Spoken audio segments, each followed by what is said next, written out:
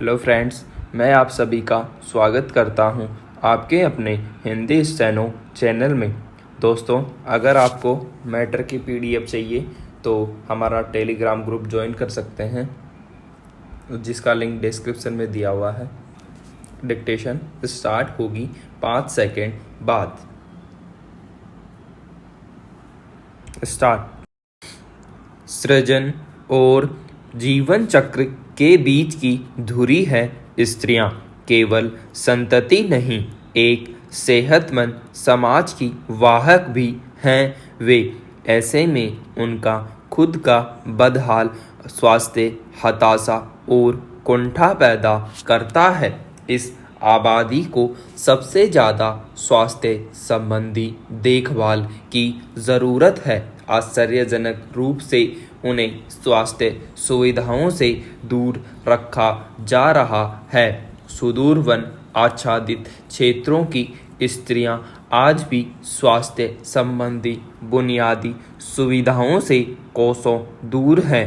किसी भी समाज का मूल्यांकन इस बात से किया जाता है कि उसमें महिलाओं की स्थिति कैसी है। ये विचार डॉक्टर भीमराव अंबेडकर के हैं।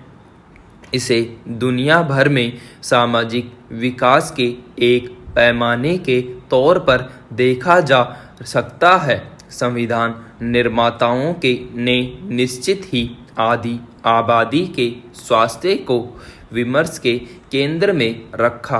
परिणाम स्वरूप राष्ट्रीय स्वास्थ्य नीति साकार हो सकी, मगर स्त्री केंद्रित स्वास्थ्य नीति की मौलिक अवधारणा कभी राष्ट्रीय अस्मिता का प्रश्न नहीं बन पाई।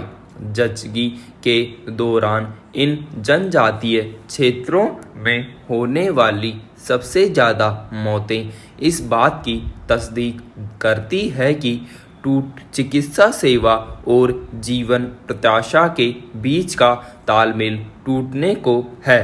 न्यूनतम स्वास्थ्य सेवाओं के लिए भी उन्हें कबीलाई इलाकों से दूर कस्बों और नज़दीकी ठिकानों की ओर दौड़ना पड़ता है। बदहाल स्वास्थ्य सेवाएं न केवल उनकी असमय मृत्यु का कारण बन रही है, बल्कि उन्हें मध्यम और हल्की बीमारियों से भी बचाने में नाकाम है। यह स्थिति तब है जब हर साल औसतन 2.23 लाख करोड़ रुपये स्वास्थ्य और चिकित्सीय सुविधाओं पर व्यय किए जाते हैं, मगर इसका लाभ असल लाभार्थियों की पहुंच से लगभग बाहर है। विकास के आरंभिक चरणों में शिक्षा, स्वास्थ्य और आजीविका को सार्वभौमिक रूप से अंगीकृत किया गया था।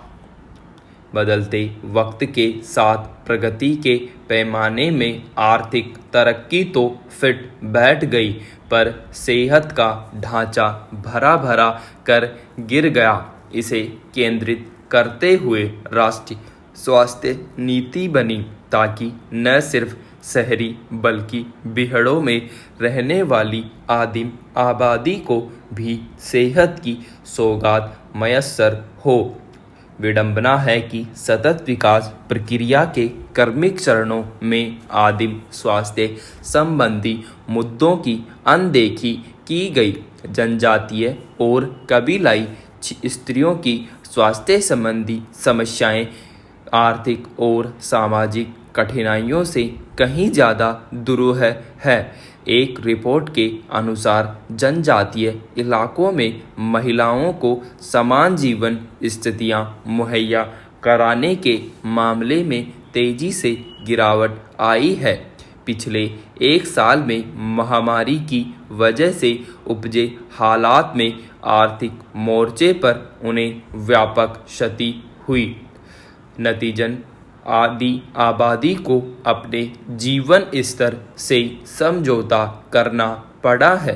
पुरुषों के मुकाबले कबीलाई महिलाओं का स्वास्थ्य बुरी तरह प्रभावित हुआ है। विभिन्न जनजातीय क्षेत्रों, खासकर पश्चिम बंगाल और उससे सटे इलाकों की सेहत संबंधी विस्तृत रिपोर्ट से पता चलता है कि 64.2% से अधिक जनजातीय महिलाओं में BMI 18.5 से भी कम है। झारखंड जैसे जनजातीय इलाकों में तो 73% औसत के मुकाबले 82% महिलाएं रक्तलापता की शिकार हैं। झारखंड और पश्चिम बंगाल में 43% जनजातीय महिलाएं प्रजनन संबंधी समस्याएं झेल रही हैं। उन्हें न तो उपचार मिल रहा है और न ही परामर्श। मां की खराब सेहत के चलते ज़्यादातर बच्चे समय पूर्व पैदा हो रहे हैं। अधिकतर जनजातीय इलाकों में 3 साल से कम उम्र के 57% बच्चे कम वजन के हैं। सिर्फ 18% गर्भवती जनजातीय महिलाएं टिटनेस का टीका ले पाती हैं। सिर्फ 12% को फोलिक आयरन की गोलियां मिल पाती हैं। 69% प्रसव पारंपरिक तरीके से घर पर, 24% रिश्तेदारों और दोस्तों और 7% डॉक्टर या आशा कार्यकर्ता द्वारा कराया जाता है। जल्दी बच्चे होने से मां की सेहत पर भी बुरा प्रभाव पड़ता है। बच्चे भी खतरे में होते हैं। इन इलाकों में ज़्यादातर मौतें डायरिया और सांस संबंधी समस्याओं से होती हैं। फिलहाल देश में स्वास्थ्य देखभाल का 3 स्तरीय ढांचा है। इसमें निचले स्तर पर गांव या समुदाय स्तर के प्राथमिक स्वास्थ्य केंद्र हैं। उसके बाद जिला अस्पतालों के रूप में जिला स्तरीय माध्यमिक स्वास्थ्य सुविधाएं हैं। उसके बाद अत्याधुनिक देखभाल सेवा वाले मुख्य चिकित्सा संस्थानों का स्थान आता है। अगर अस्पतालों में उपलब्ध आधारभूत सुविधाओं की बात करें तो जिला अस्पतालों में से अधिकांश में 100 से 500 बिस्तर हैं, जो प्रत्येक जिले में 1 लाख से 10 लाख नागरिकों के बीच सेवा प्रदान करते हैं। जिला अस्पतालों के लिए भारतीय जन स्वास्थ्य मानक दिशा निर्देश पहली बार 2007 में जारी किए गए थे, फिर 2012 में संशोधित किए गए। स्वास्थ्य और परिवार कल्याण मंत्रालय ने 2017 में मल्टी स्पेशलिटी देखभाल के लिए जिला अस्पतालों को मजबूत करने की कोशिश शुरू की, लेकिन यह भी परवान न चढ़ सकी। अगर 80 के दशक की बात करें तो कई जिला अस्पतालों को विशेषता केंद्र माना जाता था, लेकिन बाद के वर्षों में इनकी स्थिति बिगड़ी क्योंकि वे तकनीकी तरक्की के साथ तालमेल बिठाने में नाकाम रहे। 1990 के दशक के मध्य से स्वास्थ्य सेवाओं के मोर्चे पर सबका ध्यान निजी क्षेत्र में लग गया। इसका सार्वजनिक व्यवस्था पर हानिकारक प्रभाव पड़ा और कई धर्मार्थ अस्पताल अव्यावहारिक हो गए। उन्हें बंद करना पड़ा। मुख्य इलाकों से कटे जनजातीय क्षेत्रों की हालात तो और बिगड़ गई। ज़्यादातर जनजातीय महिलाएं झाड़ फूंक या देसी इलाज का सहारा लेती। उनके पास इसके सिवा कोई दूसरा विकल्प नहीं है।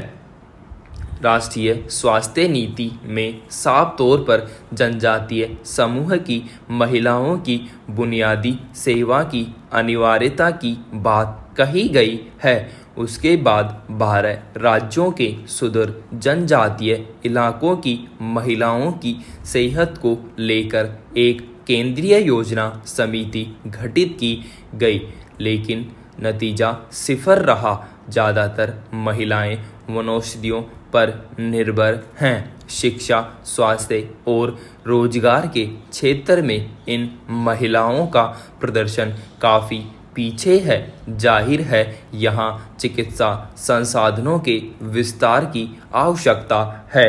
उनकी स्वास्थ्य संबंधी समस्याओं के हल के लिए चिकित्सालय चिकित्सक और आधुनिक दवाइयों का प्रबंधन भी जरूरी है। उनके लिए पौष्टिक आहार तथा विटामिन की गोलियों की व्यवस्था की जाए ताकि उनमें कुपोषण से होने वाली बीमारियों को समाप्त किया जा सके।